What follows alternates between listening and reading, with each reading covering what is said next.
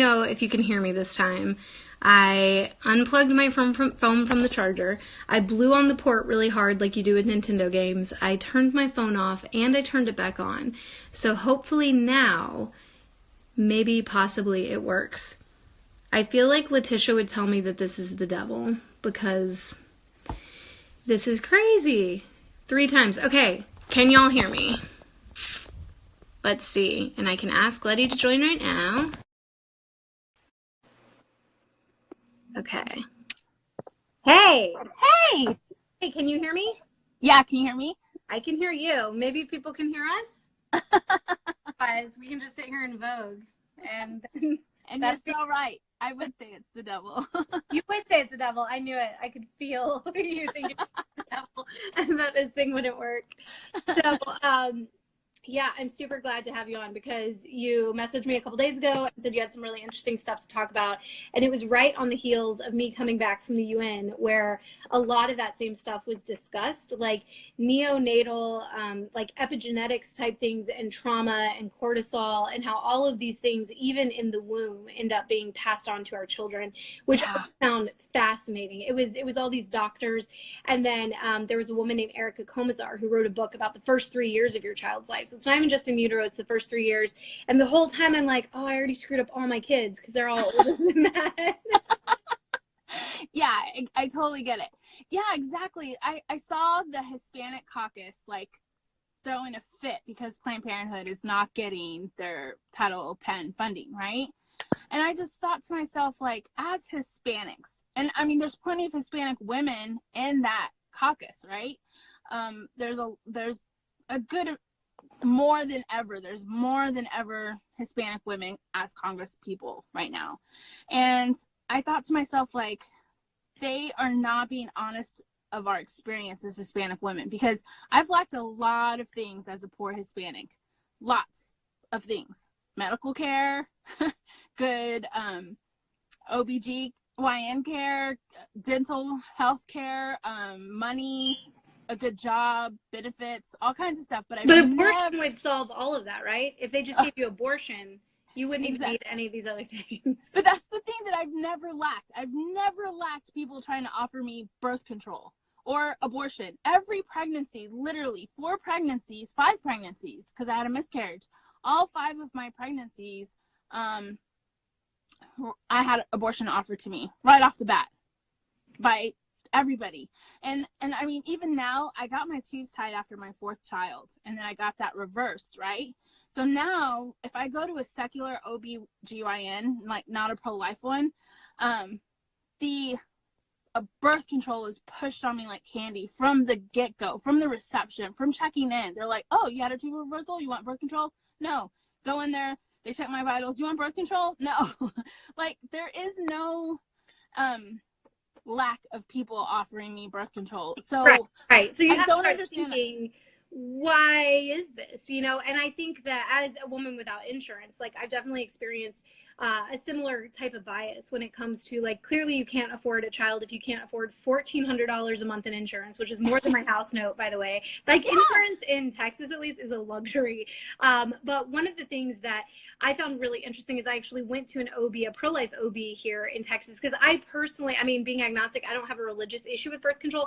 I have more of an issue with the fact that women are the ones constantly carrying the burden of fertility, right? And that we're expected to take this shit all the time when for a lot of us, it has really negative effects. And so after I had my son, I was 16 when I got pregnant, 17 when I had him, and immediately birth control was offered to me, and it's just what you do. And so I ended up being on the pill. I go back 6 months later, I'm put on the patch, like this little nicotine patch of hormones. And then 6 months later, I go back and I'm put on the ring. And I never once complained about the birth control that I was currently on, but the doctor kept putting me on this other stuff. And I realized he's got these pharmaceutical reps sashing in and outside of his office. And I'm like a guinea pig for this shit. And the funny thing is now, you know, over a decade later, I see class action lawsuits for these things. And it's just like, I don't think men would put up with this same type of treatment to their fertility in any way if it can have these, you know, catastrophic repercussions, but yet women are expected to do that. And so I finally found an OB in Texas, in Dallas, actually. He delivered my second daughter. And it was so funny because he was pro-life and he was Catholic, so he didn't offer birth control. And I told my husband, like, when I went into his office, it was like being in a Bennigan's, because, like, when you don't have all of the birth control ads all over the walls, you have to put something there. And so he had, like, these Hobby Lobby plaques that were, like, about, like, drunk Irishmen and stuff. And I'm like, you're about to be inside my vagina. This is but I get it. You have to decorate your walls, whatever, man. You do you. Something. But the whole thing is, like, he holistically treated women, right? So if you came in and you were having severe cramps or acne or headaches or any of these other things, like, he got to the root of what was going on with your body. He wasn't just like, Yes. birth control Band-Aid on and push you along to another OB 15 years from now when you're struggling with infertility because your fibroids have been growing because we never dealt with them. Yeah. And that's the thing to me, like, I am Catholic, so I have my own personal beliefs on that, but I would never expect other women to, like, live their life, especially when it comes to this issue. Like, when it comes to this issue, I would never expect women to live their life according to my religious beliefs simply because they're my religious beliefs. But outside of that, I've seen what you're saying with pro-life doctors who don't prescribe birth control, where it is trying to get to the root of a problem. And to me, that's women's health care. And if that's not being offered, then we are accepting a lower standard of care based on who's telling us birth control is the thing to do. You know what I mean? And again, going back to my back to where I came from, I mean, I was just poor. None of my cousins ever had a problem getting birth control. Like, when I see people say, like, oh, you know, and what's the politically correct way that they call poor people? Like, for us, we're like just poor.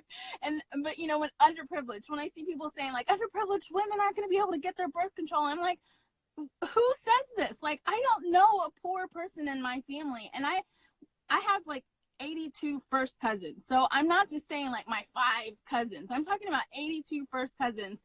I've never heard of any of us having problems finding birth control. They shove it down our throats constantly, and abortion down our throats constantly. So I gave birth to my oldest son when I was 17 as well.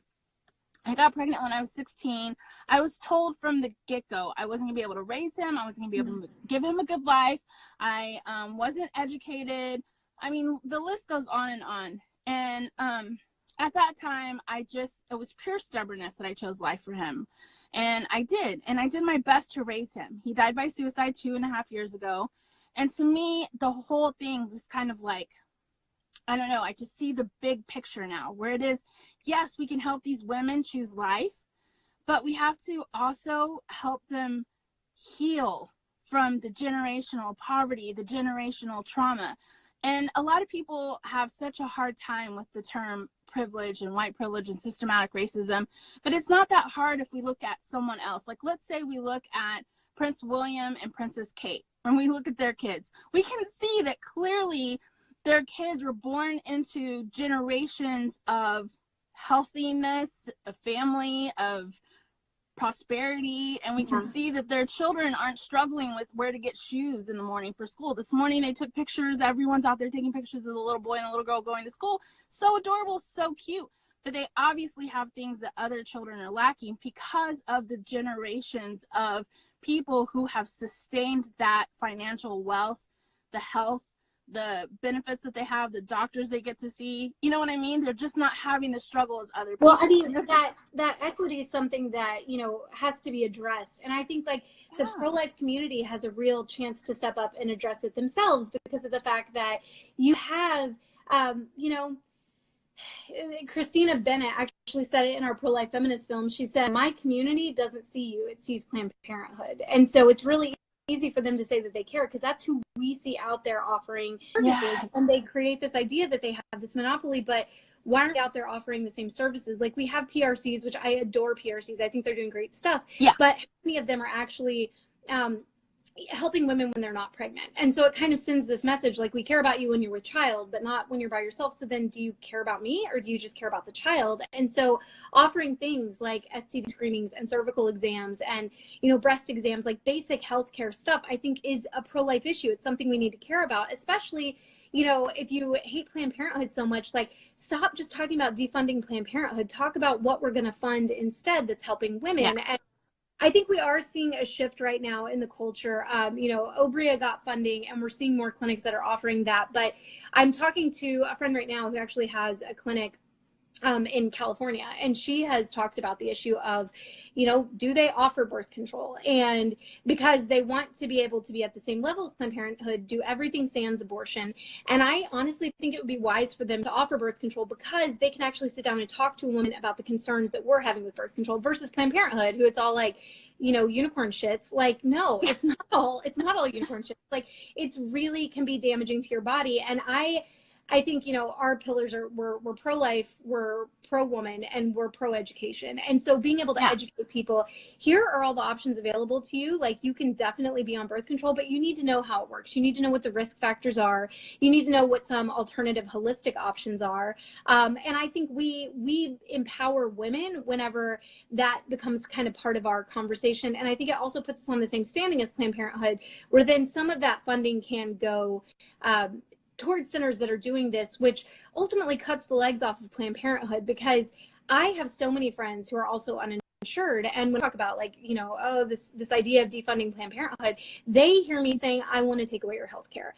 And that's not what I want to do, because I'm in the struggle too. Like, I don't go see doctors unless I'm very sick, and then I use a cash pay doctor, or I go to a free clinic that a church runs in our town. Like, I don't have these options. And that, to me, you know, that's where when people get really triggered by the word, you know, privilege. And it's like, I get that it's thrown around so much, everybody hates it now, but really it's something that, there's a great quote on it that I say all the time on protest signs. It's like, privilege is thinking an issue doesn't exist because it's not happening to you.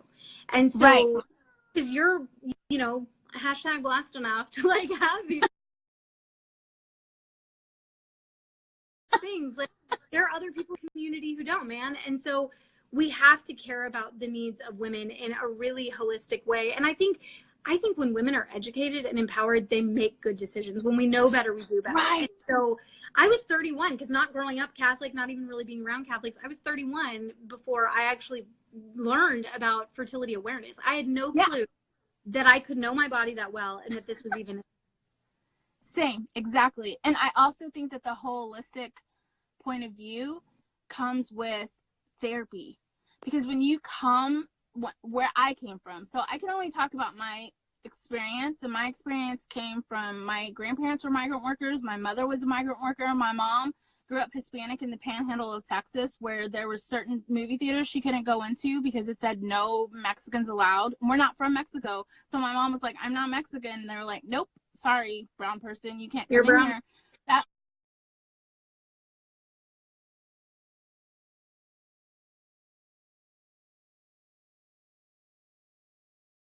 That causes trauma that we have to heal from. You know what I mean? And so, and not to mention my life of poverty, being abused as a child, sexually abused as a child, all kinds of things that I didn't know I needed to heal from to be a whole mother. Well, because you're in survival mode, right? Like, I think I experienced trauma in the past as well. And like, I realized my son just turned 18, and he actually wanted to change his last name to my husband's name, which that's patriarchy, and I wasn't happy about it. I wanted him to keep but I had to go, he was 17 at the time. I had to go get his bio dad to sign over right. And this was actually my last day drinking. Like, I got shit-faced. Like, I could, this is what led to my sobriety, was this moment. But I realized there is so much unhealed trauma in 16-year-old me that had been abandoned, and I never worked. Because when you're pregnant, people tell you, you know, you got to stay healthy for the baby. You have to have a positive mood. And I agree with all that. But if you're suppressing emotions to stay positive and never dealing with your trauma or the things that are happening to you, like, that absolutely plays out later in your life in all types of ways, because it is literally like this molecular trauma that is inside of your body. You don't have adequate mental health care in this country, which we don't, then we see it manifesting in all types of ways. And that's the thing about Anthony. That's the part that I say, like, I saw the big picture. Yeah, I chose life for him when I was 17, and I gave birth to him, and I chose to do everything I could to give him a good life. But that trauma was never healed, and was passed down to him. He was marinated in it and when I was pregnant with him, you know, and I can see it with all my kids. So I'm not saying this is the reason why I committed suicide, because I see it in my other children too. And I've seen it in lots of other kids who don't, you know, their lives don't end that way. But what I do say is that it's not just about saying yes to life right now and giving them diapers and baby clothes. I mean, that's all great. I'm not saying take that away, but I'm saying we have to go further too in healing our communities, or even telling girls, like, let's say a girl comes to a PRC and she ends up choosing not to have her baby and she gets an abortion. Well, she's still going to need help, because whatever sent her to this clinic is still active in her life. Well, and we know for a fact that a lot of women subconsciously replace that pregnancy. We see that happening all the time. And so you have a woman, like, I remember back when I used to do sidewalk advocacy, we would stand out there during abortion hours. And so as the women are going in, you're trying to help them, and you have choices, you have other options. Like, if you want to have this baby, we are here for you. We're doing all that good stuff. But I realized as soon as abortion hours were over, everybody went home. And so I would stand out there. One of the volunteers had given me some post-abortion recovery literature. And so I would stand at the exit as women were coming out.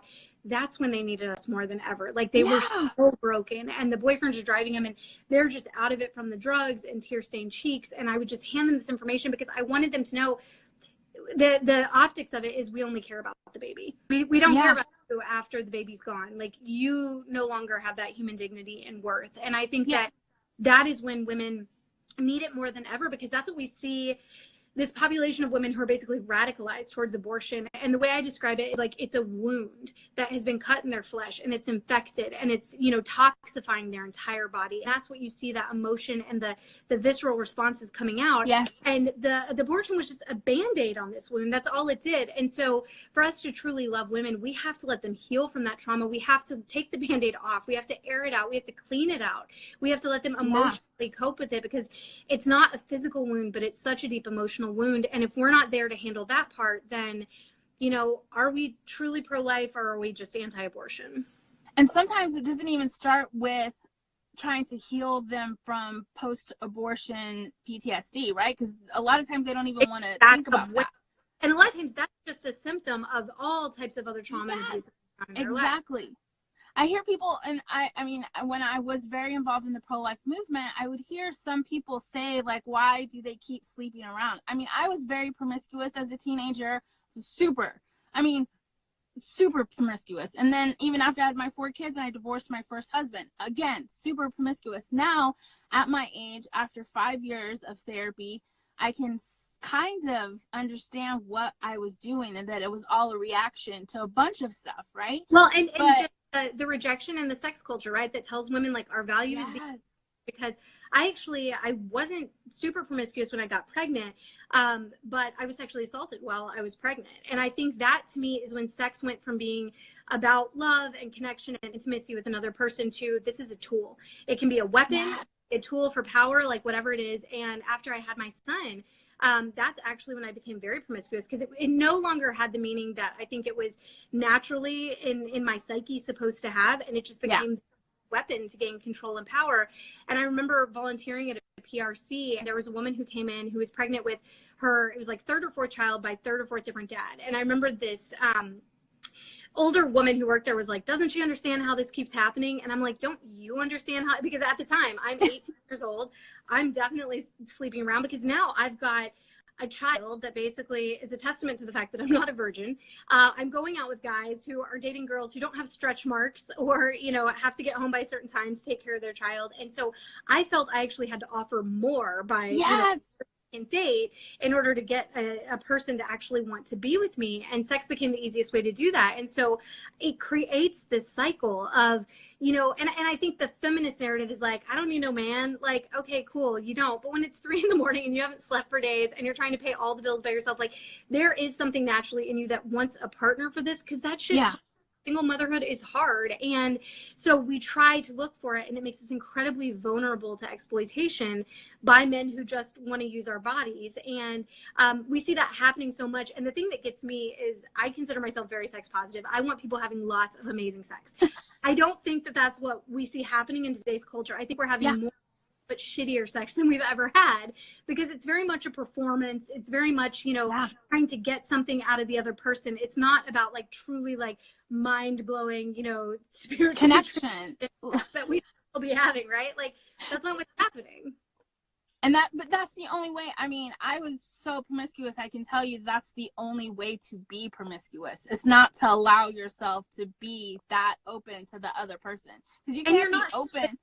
when that's happening, like, you're putting yourself at risk for disease and pregnancy and everything else, but like, you're not ever getting anything you really enjoy out of it, right? Because it is Absolutely. opposed to performance. And so that's what I think Cosmo magazine even did a study on this a while ago, talking about how hookup culture leads to fewer orgasms. Like, women aren't having pleasure, they're taking all of the risk, because in our bodies, like, that's where we're going to be growing a new human life. So we're taking all the risk, but we're not even getting any of the pleasure out of it, because the standards have been lowered so low that for us it is literally the only thing we're receiving is the emotional kind of side of it, and feeling like, okay, this person desires me, and I've been told by the society that is my power, like having and it's like power.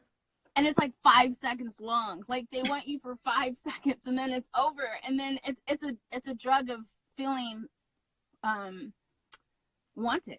I mean, you know what I mean? Wanted. And the thing is, my mind, I would always say, as long as I don't call him before he doesn't call me, like, I'm some liberated bad bitch. Like, I convinced myself that this is what I wanted for so long. And I think that we have a generation of women who are absolutely doing the same thing, because we are so broken by the Cosmo culture, and seeing these women that, like, we'll never look like, and we're buying all the shit to try to look like them, and then we're not accepting ourselves, and so we feel unworthy, and then we end up having all of these sexual encounters to feel some sense of worthiness, and, you know, reap the benefits of that, like all the negative side effects that can come from it, and then ultimately, like, we're left very empty. And I was in such denial about that. I'm like, this is my choice. Like, I basically am exploiting myself before someone else can exploit me.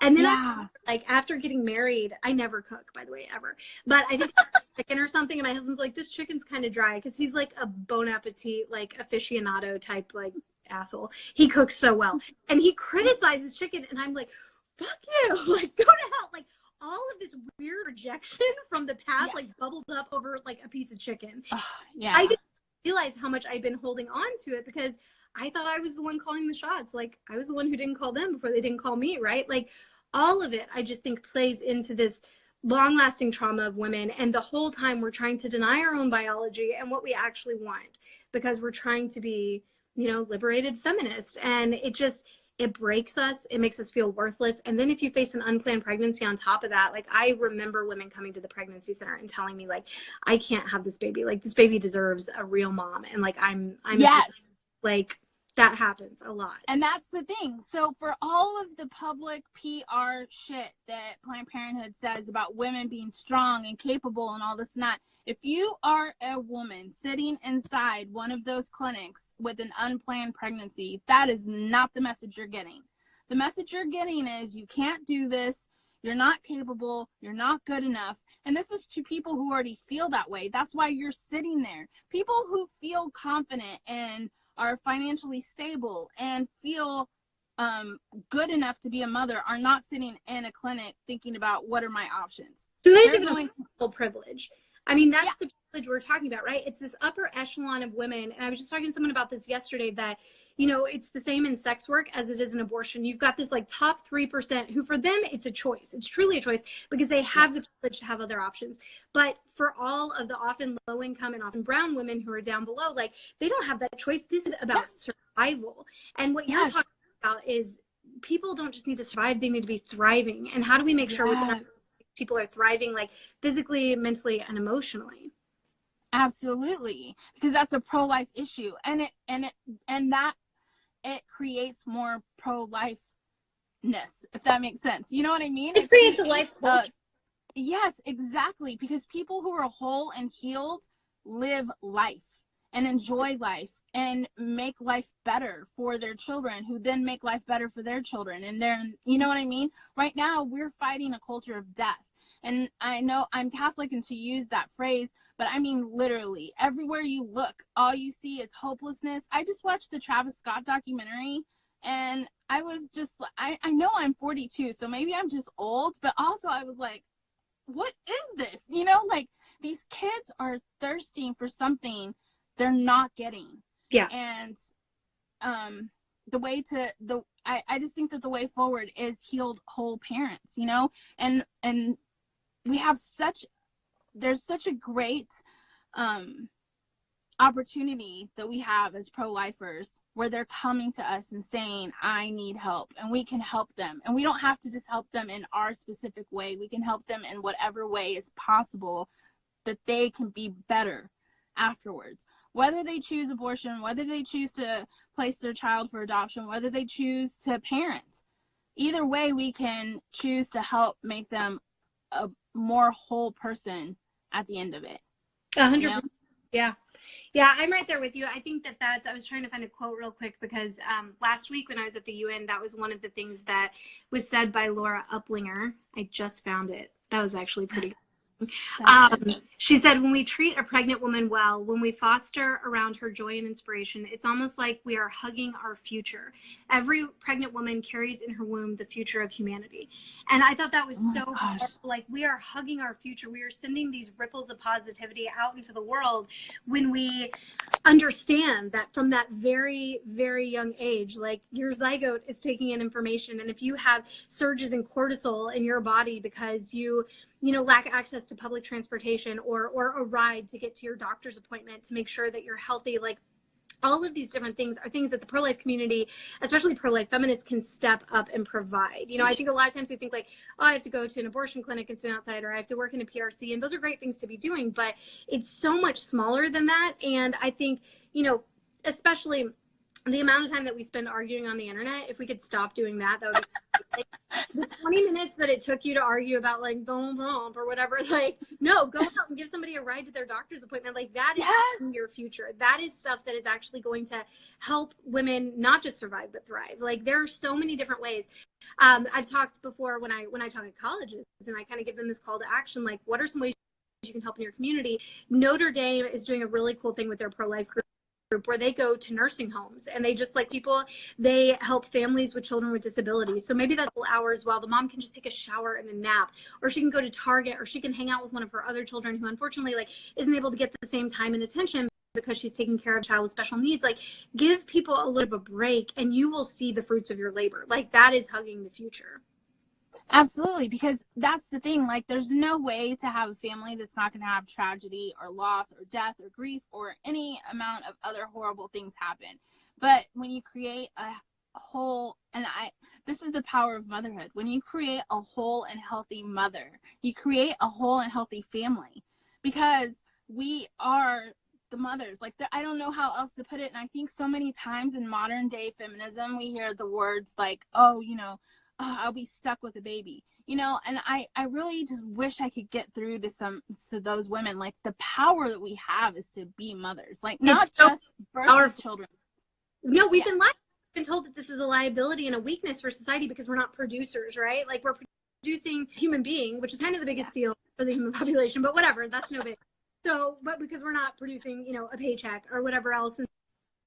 So unpaid work through labor, and even fathers that stay at home, like, paid work is really kind of made fun of a lot, but ultimately, like, these society that's really important. And so at the UN, I went with a group called Big Ocean Women, and they have this talk they give about the 3 environments, and they talk about the first environment. Our first home is the womb, and so when that environment is peaceful, then our home becomes peaceful, and then when the second environment peaceful, the third environment, the earth, becomes peaceful. And so the more we nurture life in the womb and in the home, the more it's going to be nurtured in the earth. And I'm like, yeah, no duh, like, that's common sense, right? But we don't ever think about the womb as the first environment, and that is our first home. And I think that especially when we look at epigenetics and all of these just biological components to it, like, taking care of pregnant women is such a huge deal, and then taking care of new mothers is such a big deal, and creating that community and that village that surrounds them and just says, like, I know how hard this is. Like, what can I do for you? How can I alleviate some of this stress? Because it's absolutely going to be reverberating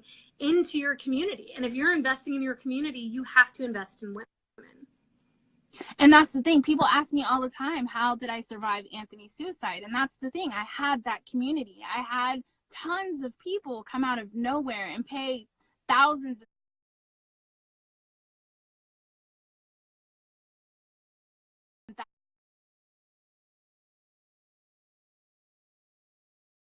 thousands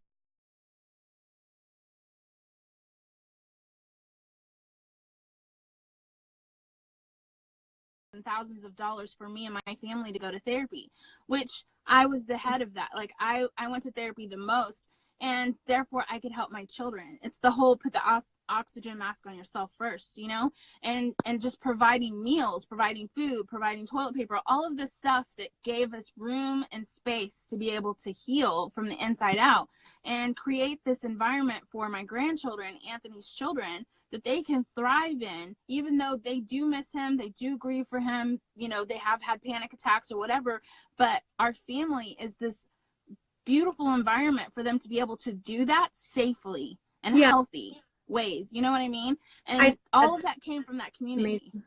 That's amazing. I mean, the ability to even afford mental health care, right? Like that's something that is just like, that's a luxury, even though it's something that should be a bare minimum type thing.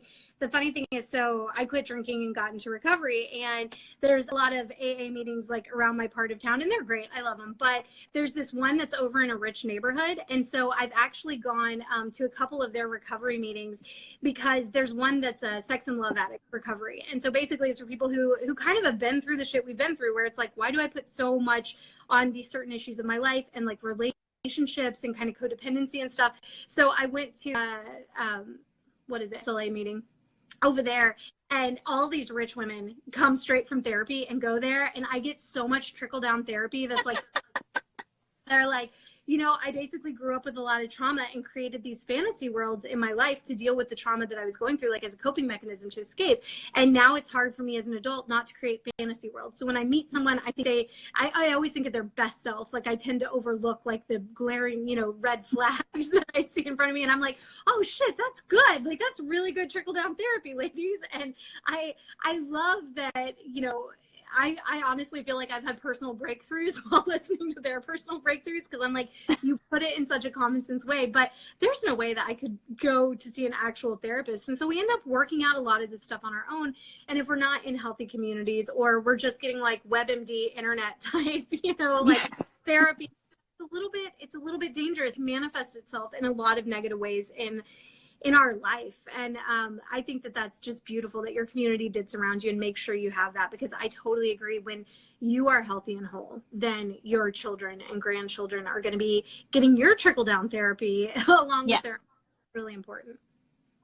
Yeah, exactly. And I see a space, I don't want to say whole, because I think that I honestly think that the pro-life community is doing the best that we can with what we know and what we have.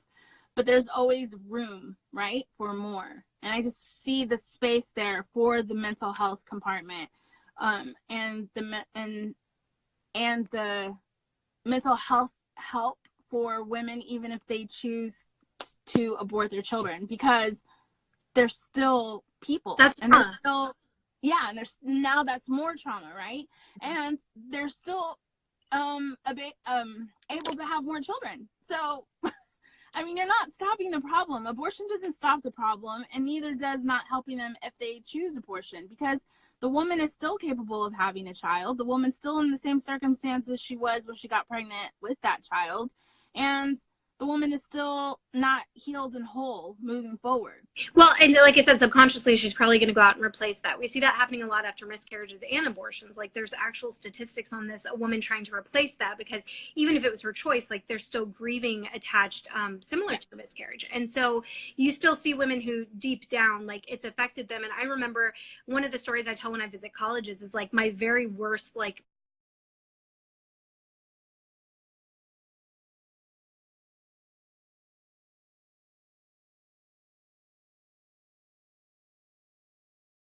pro-lifing ever, when I was 16 and had gone back to high school, and there was a girl who walked up to me, and I had like my little baby belly, and she's like, I was pregnant over the summer too, and I looked down and she didn't have that. And I was like, oh, so you killed your kid and you're proud of yourself?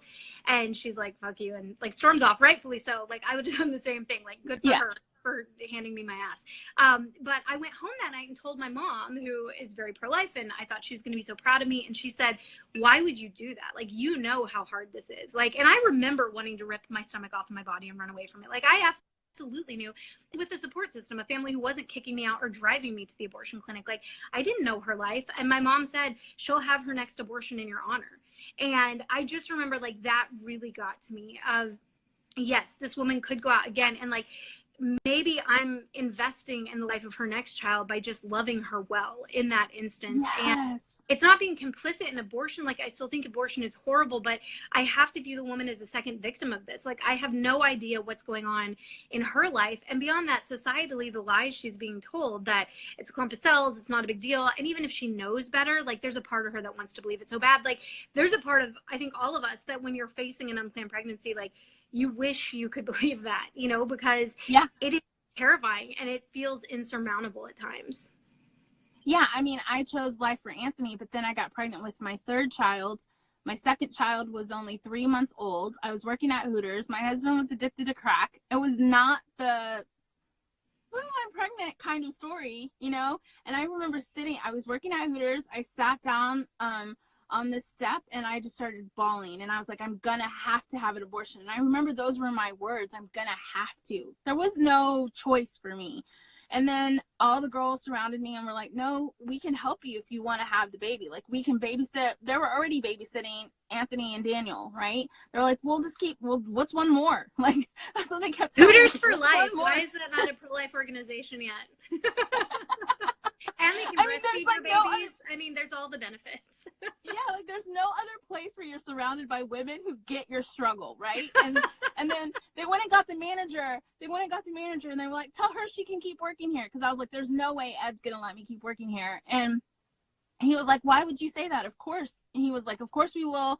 We'll keep you here as long as you want to work. You can work whatever. He was like, I'll give you whatever shifts you want, blah, blah, blah. And I mean, that support system was like, okay, I can do this. Please, you know, have a picture of you in some booty short hot pants and like a giant belly in your Hooter shirt.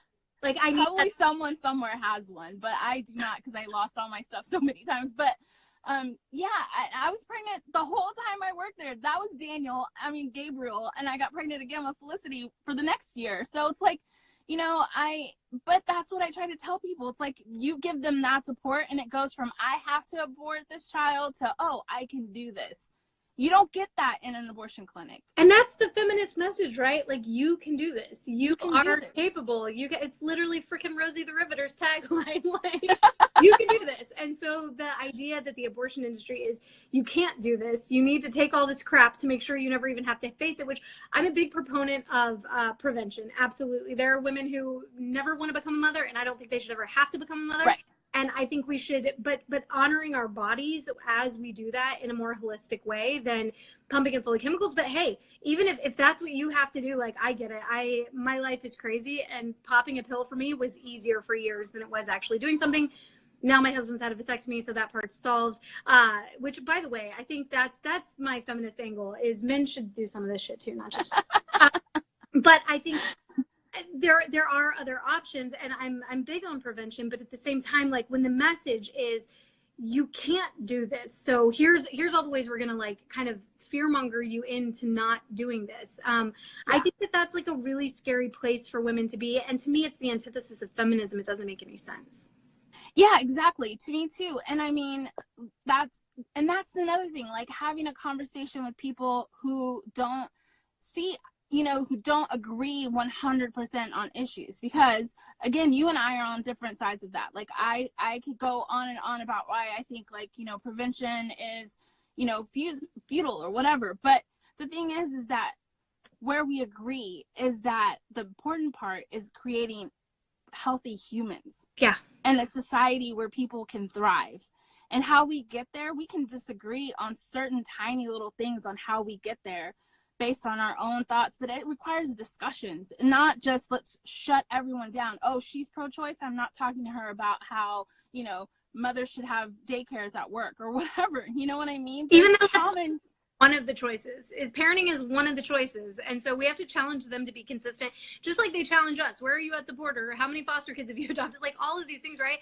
We have to challenge them. You're not just pro-abortion, you're pro-choice. So let's make sure we're standing up for women outside of just an abortion decision. And I think when you're talking about the Hispanic caucus and, you know, the fact that you do have people who they get the problem and they're trying to solve it in the best way that they see fit. But ultimately, I think it's like, for those of us who have kind of unplugged from the matrix, we see that I don't think the government actually wants to get rid of abortion whatsoever. I think that Right.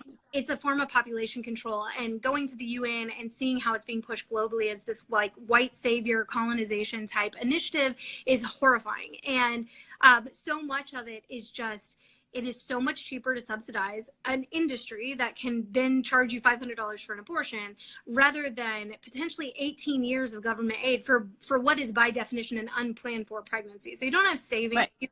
you don't probably even have a crib. And so like, this is where a government feels it's going to have to step in. And I think that's where my solution is: the community steps in. The community Yes. helps, like faith organizations and neighborhoods and just other groups of women. And that's what I love about Big Ocean Women, is they do a thing called cottages, where they actually like basically create women's circles all over the globe so that you don't have to depend on the government. And if you're, you know, in a third world country and in an abusive relationship, right? Like, you can't flee because you're very vulnerable and you're dependent on this person for your livelihood. But if you have a community of badass women surrounding you that is going to help you, you know, even if it's just standing up to the person, or escaping, like, there's so much liberation in just having other women around you.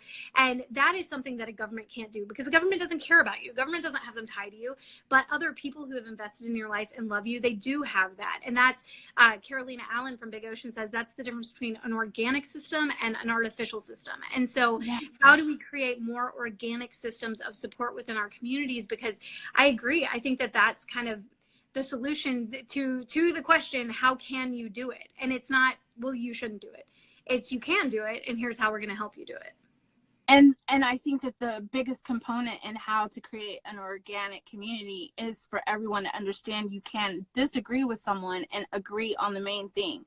Right. I can disagree with you on the birth control issue, but I'm going to hold your hand to protect this mother. You know what I mean? Yeah. Yeah, there's so much around. And I think that's the thing, like, one of the things that they say in AA all the time is look for the similarities, not the differences. Because when you walk in there, you're listening to some heroin addict talk about something and you're like, I've never slept D for, you know, crack or whatever. Like, it's easy to be like, oh, I'm better than you. Like, but you know what? Have I thrown up in my backyard in front of my children? Have I had really low moments in my life of just being horrified by my behavior? Like, absolutely. And so when they're talking about their solutions that they found, like, I've found so much community with people who I never thought I had anything in common with. And I think that going through that, you know, for the last 2 years, and then suddenly like applying some of these things to the pro-life world and the reproductive justice world is like, I can look for similarities and not differences. Like, I can see how, even though we're coming from totally different places, there is something in there that we agree on. And when we start building on that common ground, like, beautiful things can come from it. Absolutely. 100%. I agree. Yay. Which is why I love talking to you. I love you. So how do you feel about us ending this? Just because I've noticed in the past that when I go over an hour, it shuts off and it doesn't let me save the video. And I know a lot of people said that they wanted to hear everything you're saying. So I want to be fine. Perfect. I love you a lot. We should start doing this more often. You're a I think so too. Human being. Okay, I cool. love you too. I'll talk to you.